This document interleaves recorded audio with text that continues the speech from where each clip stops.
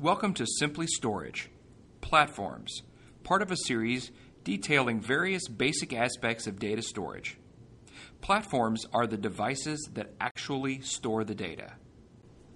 There is a lot of digital data being generated every day. Every time you call a friend on a cell phone, surf the internet, or listen to music on an MP3 player, you're reading and writing information. Now consider your neighbor doing the same, and your friends, and their neighbors, and don't forget about email, TV, and businesses all around the world storing sales and personal records, and health providers with medical records, research firms, community organizations, churches, sports teams. Whew! You get the idea. That's a lot of data. If we're ever to make use of all this data, we need a way to store it. Every digital device makes use of memory chips.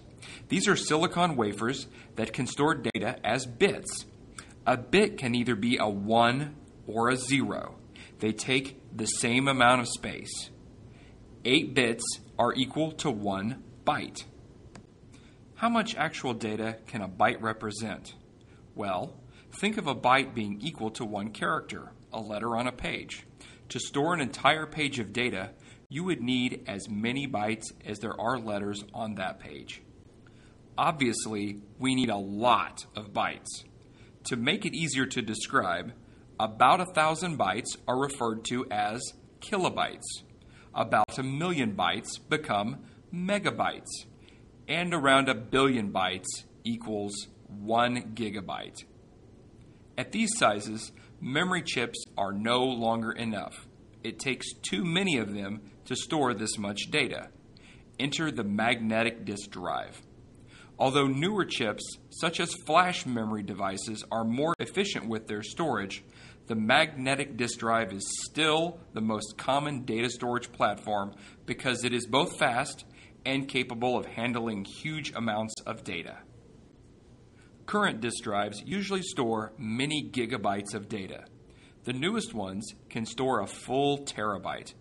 That's about 1 trillion bytes. But even that is not enough for some users. Some data centers want to store petabytes of data. That's 1,000 terabytes. So we're going to need a lot of disk drives. Oh yeah, if you keep going, you can eventually get to exa, zetta, and yottabytes. But let's not get that carried away. If we just attach some disk drives directly to computers or other digital devices, we are using what is called Direct Attach Storage, or DAS. Virtually every digital device uses some form of DAS, but the inability to share storage space between devices or help in the case of drive failure are serious limitations. To deal with these limitations, the largest and most dynamic storage platforms are the storage arrays. Large groups of drives packaged together behind hardware whose only purpose is to manage the drives and their capacity using technologies like RAID. These big racks can store data as files to be shared over the network or attached into a fiber channel fabric to be directly accessed by multiple machines. Attaching over the network is called Network Attached Storage, or NAS. Using a fiber channel setup is a Storage Area Network, or SAN. Technology is blurring the lines between these designations, but the terms are still in use. Trying to manage these huge systems can be taxing even for experienced persons.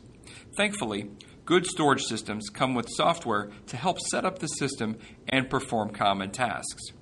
The best software can even automate tasks and make storage systems application aware, able to handle changing data requests without human intervention.